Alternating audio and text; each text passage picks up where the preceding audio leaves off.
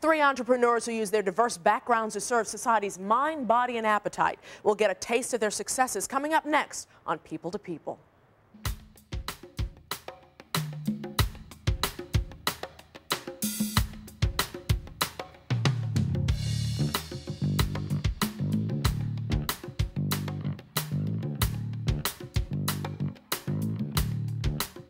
Good morning, everyone. I'm Micah Mater, and welcome to People. We're exploring entrepreneurial spirit this morning, and we have three talented and ambitious African-American women in our studio this morning.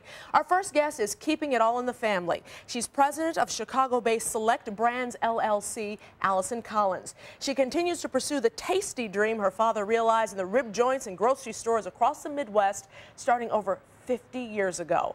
Under their flagship brand Mumbo Sauce and Ms. Collins' direction, the manufacturer assists in providing educational and employment opportunities with the markets it serves.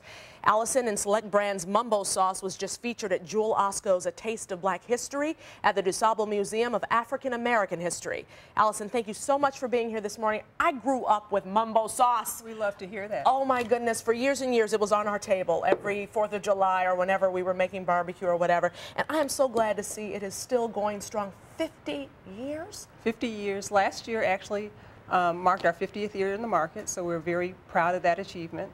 My dad was a South Side Chicago businessman and owned and operated 3 rib joints across the city of Chicago, actually two in Chicago and 1 in Indiana.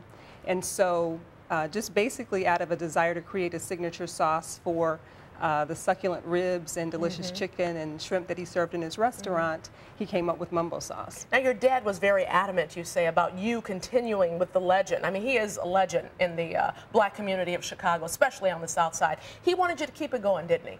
He did. I think entrepreneurship was something that was always stressed in our family. And so I wasn't necessarily sure at the time that I wanted to take over a family business, but it was a seed that he planted you know, all the while that we were growing up.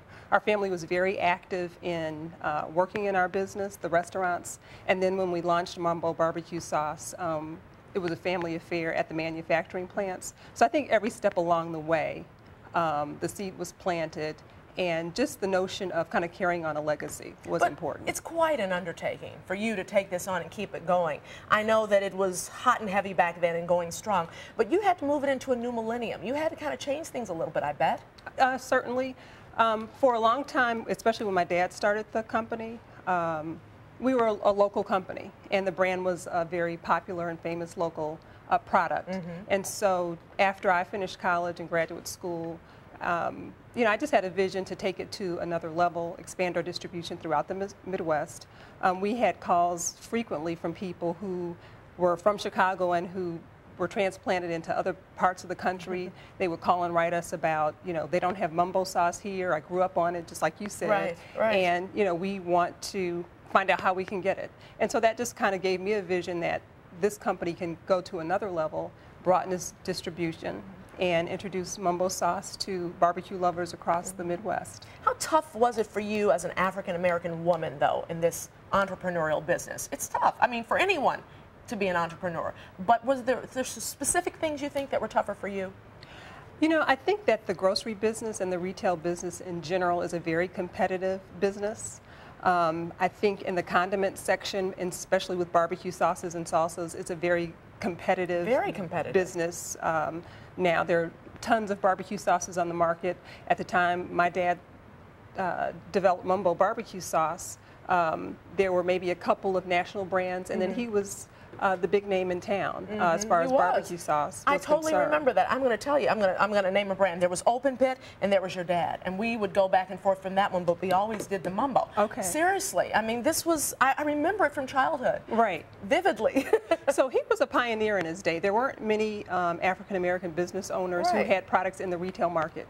So, you know, for him, it was he saw it as an opportunity to not only create a company, but as a way to kind of empower the community through employment opportunities.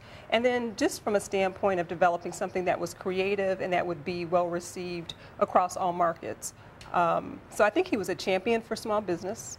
and really kind of laid a foundation for other companies that would come. And just to give you an example, Jewel Osco was one of the first retail chains that my dad was able to get his product in. And that was over 30 years ago.